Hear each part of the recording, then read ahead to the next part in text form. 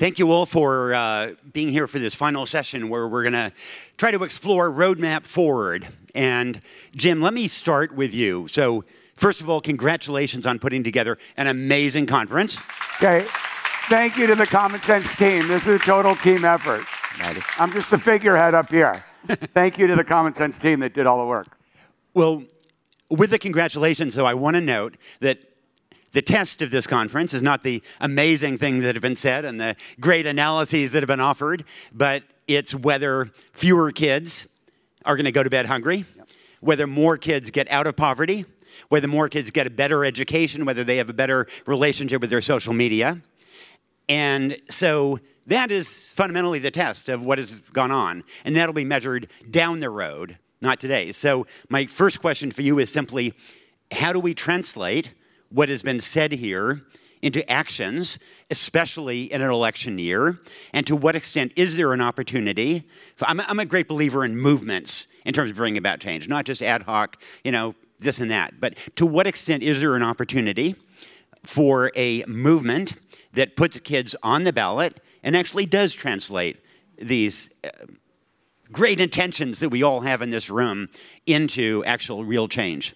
So I think that's a great question, Nick, and I actually want to thank the audience because we've been here for a day and a half, and so many of you have come up so thoughtfully with great input, great suggestions, all of your kind remarks about the talented Common Sense staff, just even having the first partner talking about the Common Sense staff and Attorney General Bonta, too. We really appreciate it. But I think that listening to the last day and a half of comments and all the great input and the incredible speakers we have, I think there is a definite roadmap forward, and I'd say this is how I see it broadly. And I think we should do it now, and I think I will commit that we will take the time to try to put this together with your input and involvement. But I think that there is a really big opportunity in what could be the most momentous election cycle of our lifetimes, because democracy on the ballot, but I actually think that kids and families need to be on the ballot too. So here's what I think we're willing to do, but we are going to need everyone's help to do this. The first, how I would frame it, I'd put it in the context of a movement, Nick, but I'd also just call it basically a 9-month campaign, 10-month campaign for America's kids and families.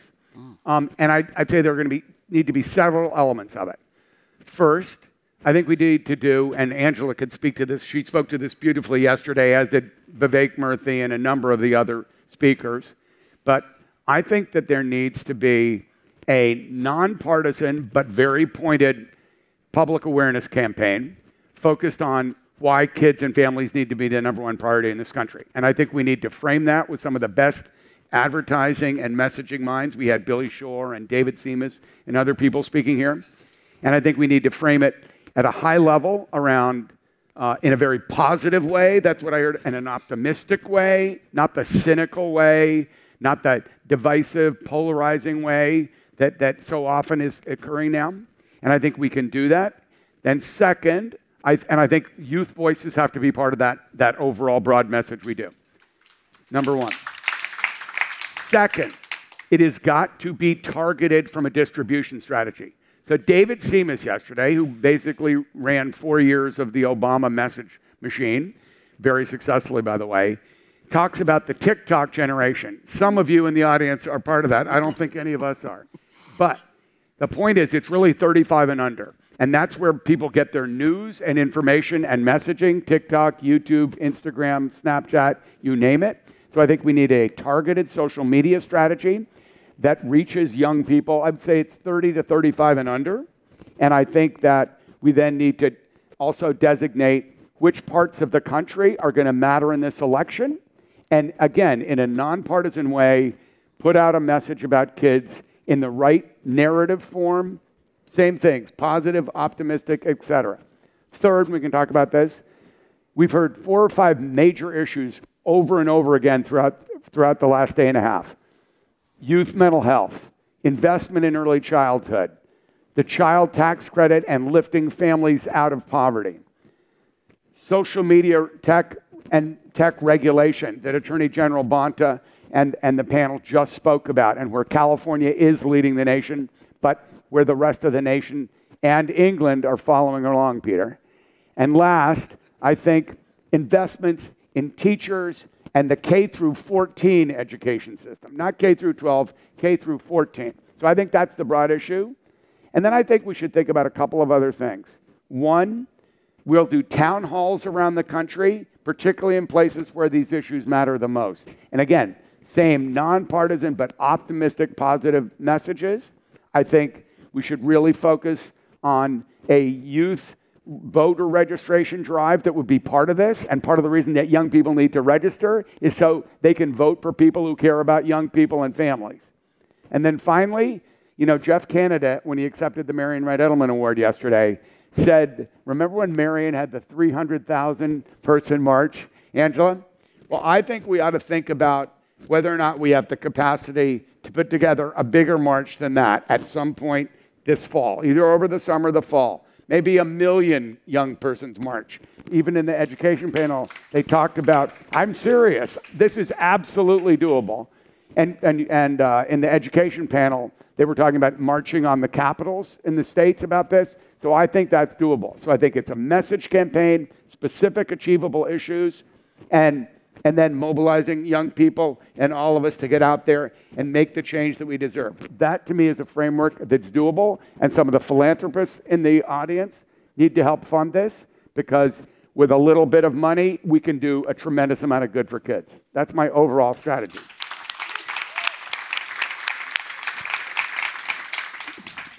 Jim Steyer does not lack for vision.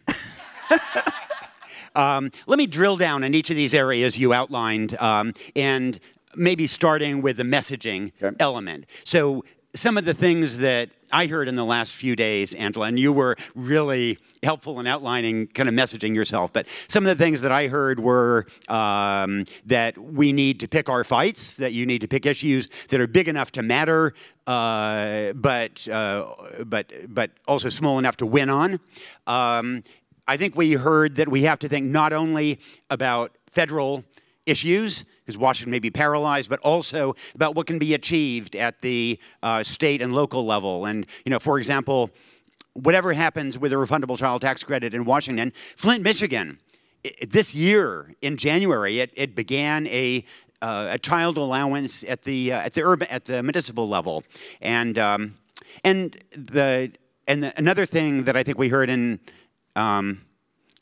and you mentioned it, Jim, was, you know, the issue of being nonpartisan. And I think some folks here may disagree with this, but I think that there is a peril, a danger, if kids' issues become just a liberal issue or just a Democratic issue. And I think that makes it harder to actually achieve a larger umbrella and achieving progress around the country. Can I just add one thing? We call common sense kid partisan. And people like that. We're more popular, believe it or not, in conservative areas of America than we are in Berkeley or New York City or elsewhere. We're most popular. Our biggest user base of 150 million users is in conservative parts of the United States.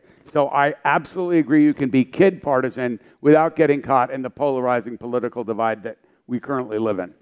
And that family framing, I think, is also kind of helpful in that.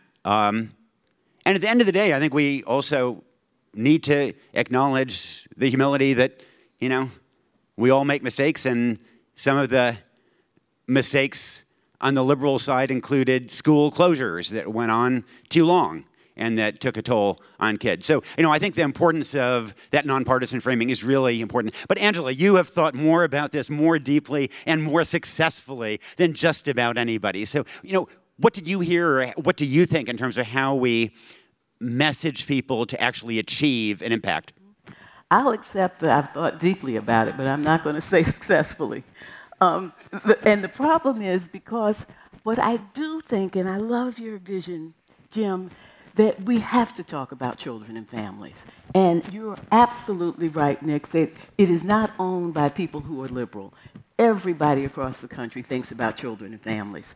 What we have failed to do, though, is to lean into the thing that is frightening the nation. We have failed to lean into a story about how good it can be, how good it can be if we do what we have done so well in the past into the future. That one of the things that we really were able to do in this nation is build an extraordinary middle class. Sadly, a white middle class. But it's extraordinary. It's what made the nation sort of the envy of the world, because we leaned in with government resources, with the GI Bill, with the federal home loan, with the building of the suburbs, with magnificent schools and infrastructure. The nation said, we will not thrive if the people who are going to be the future aren't able to contribute and lead and take care of their families. We need to just acknowledge that we need to do that again. And we need to start talking about it in ways that allow people to have a good story that they can tell their friends and neighbors about the way the nation has changed, so they can stop with the fear-mongering. We need a good story about children and families, who they are, what they need, and how we can provide it, and what all of that will mean going forward. And it is difficult to stay up here, because just as this conference, which has been extraordinary, has allowed us to understand the truth, there have been some real downer moments as we talk about that truth, because there's a lot of sadness in it. But there's also a lot of potential in where we can go. So the messaging can't be afraid of the thing everybody's thinking about anyway. Don't run away from it, but have a good story about the future and what's dependent there. One of the things that you talked about that I think is just so essential is to have two different ways that we go forward. One is to lift an aspiration, to tell a good story, and to talk about the investments that are needed, and stay out of the details. Stay out of the details in the beginning. Get people to buy into the outcome. And so when you talk about a campaign, it's a campaign to get to the good stuff, and then use your obligation to be a participant to get the people in who understand the details of how to get there. Angela, you are just, you have a natural vision for stories. If you ever want to start a new gig in journalism, I'm with you. And I really also like the notion of a positive story that can attract people, not just problems, but also fixes. I think that's really important. Let's just drill down a little bit on issues, and Jim mentioned a number of them. Some of the things that I've heard on some of those big issues that you mentioned, early childhood obviously came up a great deal. One thing that I would think about in framing that is my sense is that both in the US and in Europe, what has worked best in selling early childhood programs is not actually the argument that tends to come first to proponents of it, which is the benefits to kids, but actually is the benefits to parents of childcare. And the same program can often be sold, it seems to me, just empirically, more successfully as a childcare program than as an early childhood program, even though it's the very same program. So I think that's something to think about as we engage with it.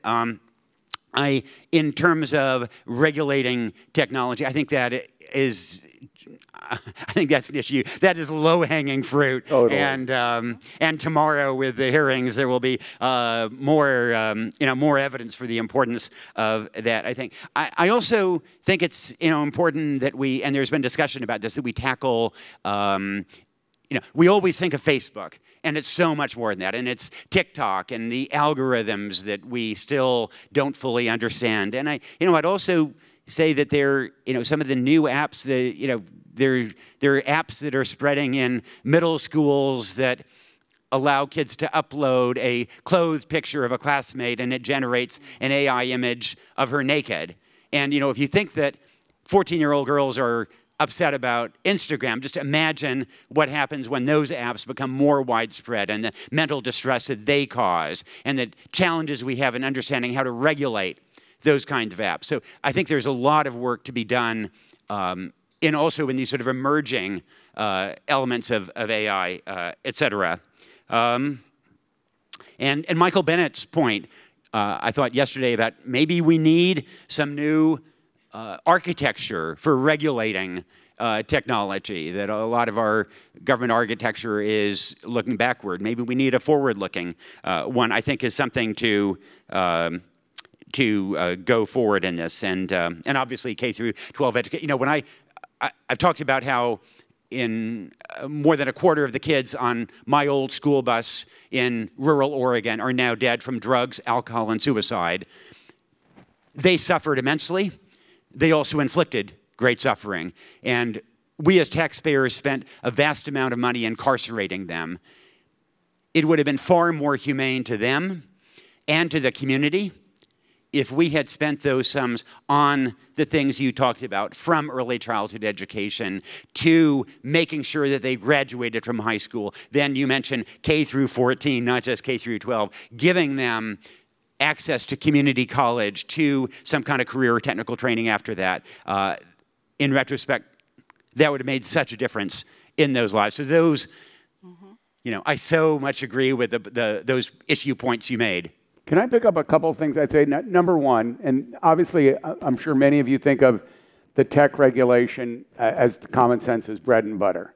And it has been, and I am so proud when Rob Bonta was up here talking about Buffy Wicks, who worked for us for 3.5 years, and Nancy Skinner. They announcing yesterday the bills that are going. And by the way, the New York State, following California's lead, is going to announce 2 bills next week, same kind. So you're seeing this. Those numbers, those bills poll off the charts, 90%.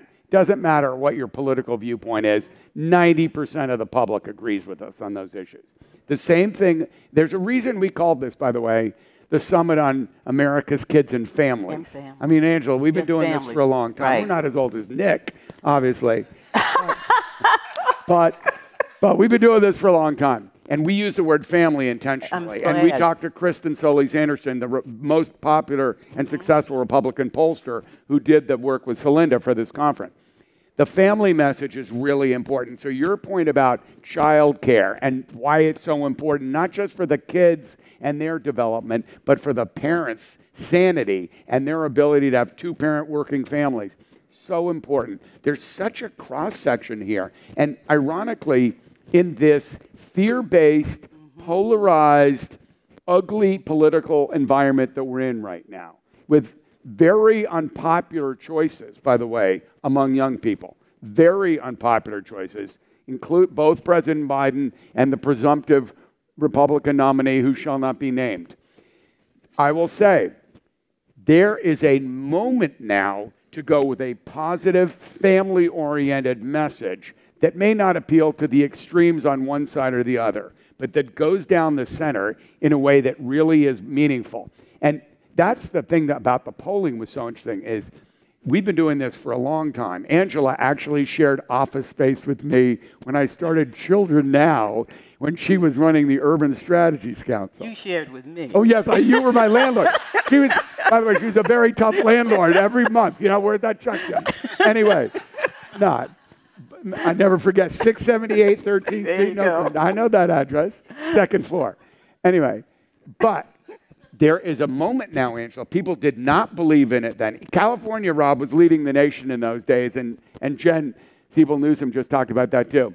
But there's a moment now, and I think, ironically, the polarization and fear-based approach that we're seeing lends itself to a much more positive, much more proactive family message. And I think it can have an incredible impact on the election if we target the right messages, the right places, put town halls in the right states, and really, really drill down on what matters to the average parent and young person. I agree. That's why I think families, it's so important to put families and children together, and I think that works across the board. I also went to the march, the Stand for Children, where we had 300,000 people come to Washington, D.C. Jeff and I were both on the board of Children's Defense Fund at the time, and it was an extraordinary event. And I remember how heartbroken, bordering on outrageously angry I was that the media barely covered it. Talk about trees falling in the forest. Did anybody hear it? When they had the Million Man March, 1 million black men went to Washington, D.C. My husband went, my son went, my uncle went. I mean, it seemed like every black man I knew was there. Barely got any coverage at all. So I agree with you, Jim, that this is the time to launch a campaign about children and families. It's the time for people to understand that voting matters in terms of your families and your children. And you go to the polls and you vote family. You vote family and children and understand the positive future. We're not talking about protecting our children. We are talking about unleashing our children to the full potential that they can reach with their other people in the country that will make it better for everyone. And in doing that, we find it can get to the point where there are not children kept behind. And I think that's something that we have to think about. I've been talking about children left behind forever. And just recently someone said to me, and I am now doing it, they said, stop saying left behind. It wasn't inadvertent. It wasn't like we forgot about it. Children have been kept behind. And we need to stop keeping them behind so that all of our children can flourish and go forward. I think that in addition to a march, that we also need to invest in allowing our children, our young people who are in college, to get out there and help America vote for children and families. We need a campaign so that we can translate all of this into the energy and agency of our young people to be leaders, to help people vote for families and children. By the way, I agree. And you know, one of the things that was so interesting, we had the all-star roster of speakers at this conference, right? Did. I mean, one after another. So amazing. But I will tell you, that Youth Voices panel yesterday morning, they were maybe the most effective spokespeople of all. Shout out to them. And I agree with you. And they are part of this campaign. And the idea of the voter registration, too, right? My brother, he wastes all his time now on climate change issues. Unbelievable. But the one thing he will fund in an election is youth voting. He was the #1 funder of youth voting in the last 2 election cycles in the United States. Because that is a great idea. And if young people are registering to, in a sense, vote for themselves, vote for the future in a positive way. And by the way, they understand now in a way 10 years ago, when I wrote Talking Back to Facebook and started talking about some of those issues, they understand that this device is not always so good for their mental health and for their mental well-being. Young people do. So I think the idea of tying this to voter registration and young people being active is a really, really, really good idea. The young people at the historically black colleges and universities are dying to do this. I know someone who is organizing it, and they are all in, but they need resources so that they can unleash it. But just imagine, get the community college students, get the historically black colleges and universities, and let people go out into their communities and across America, vote for children and families, all of them. And by the way, you're going to see $3 billion, guys, $3 billion spent on both sides of the aisle on the presidential campaign, literally, right?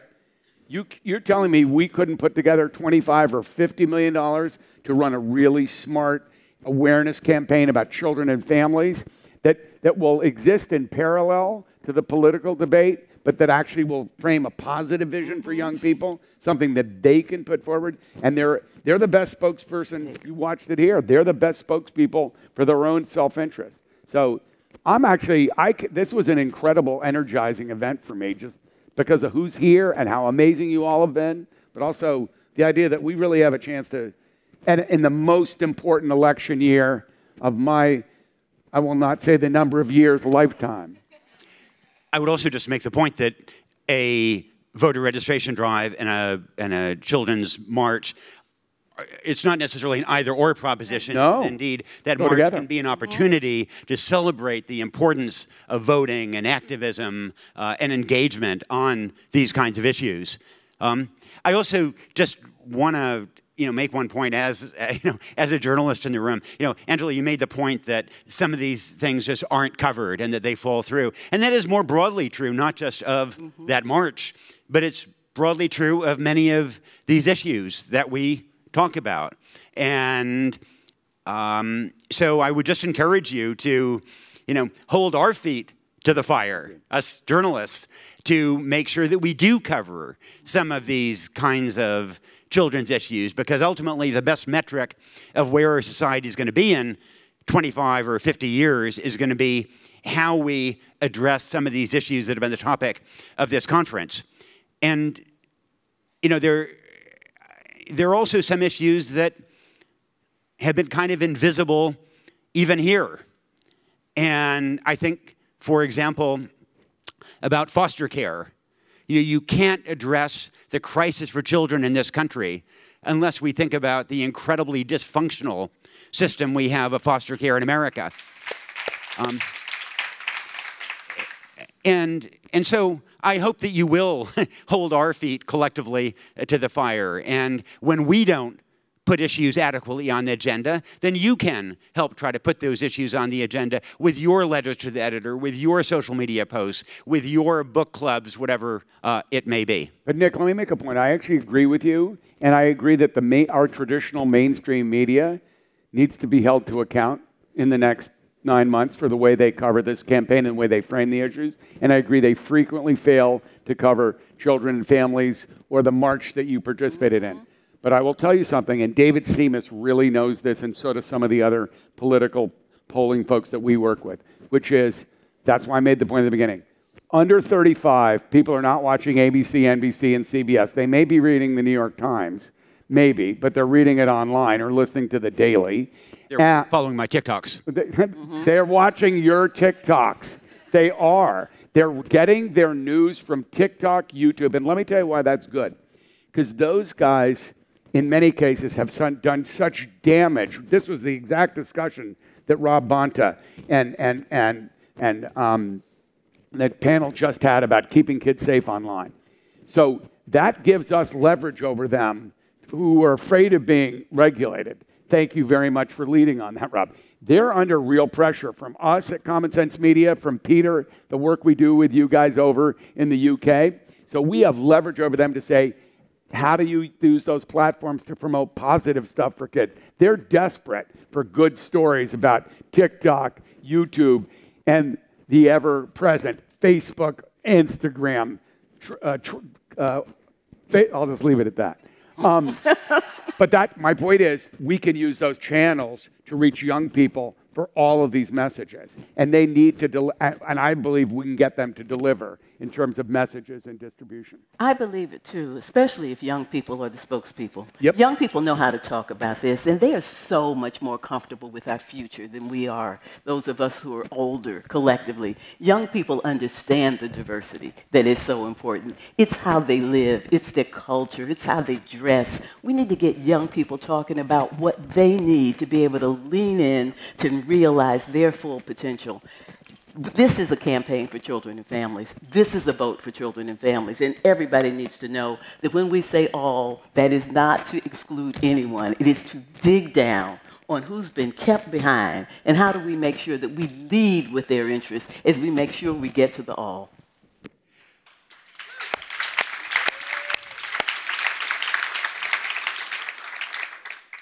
We are just about out of time, but I just want to give the last word to General Steyer to rally his troops. By the way, he's actually called General Bonta. I just wanted to honor Rob. He's known as General Bonta officially. Thank you. The last word is, number one, is thank you. I just want to say thank you to all of you. You made a choice to spend a day and a half with us. You're here for a reason. This is an extraordinary gathering of many of the most important advocates for children and families in well over a decade.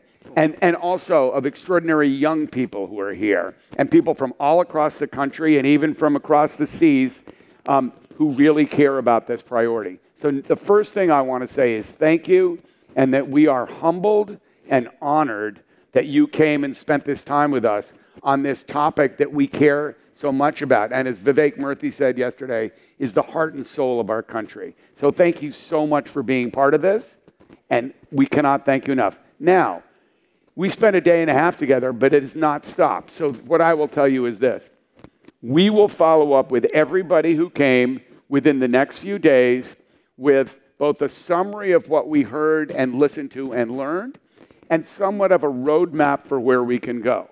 And we do have extraordinarily talented staff who are my colleagues at Common Sense, but there are a lot of extraordinarily talented people in this room, and you represent networks and organizations that cover the country. So what we will do is come back with more meat on the bone for the idea of a campaign for children and families. We'll talk about how people can get involved. We will work with you and some of the philanthropic people who came to this conference and who live here in this country, who care about these issues, to figure out how we can finance in a robust and serious way this kind of effort. And then we will win. Because at the end of the day, that is what this is about. Kids have been kept behind, not just left behind, kept behind, Angela. I think that was a beautiful way to put it. But you know what? We have the power in our hands to change that. And what better year, perhaps the most momentous election year of our lifetime, to put something in front of people to say this is something positive, meaningful, and determinative of everyone's future that you can vote for and invest in. So we will take the lead in helping to organize that, but we need everybody to participate. And if you do that, we will win. And the Niners will win the Super Bowl too, by the way. I know I had to say that, I know.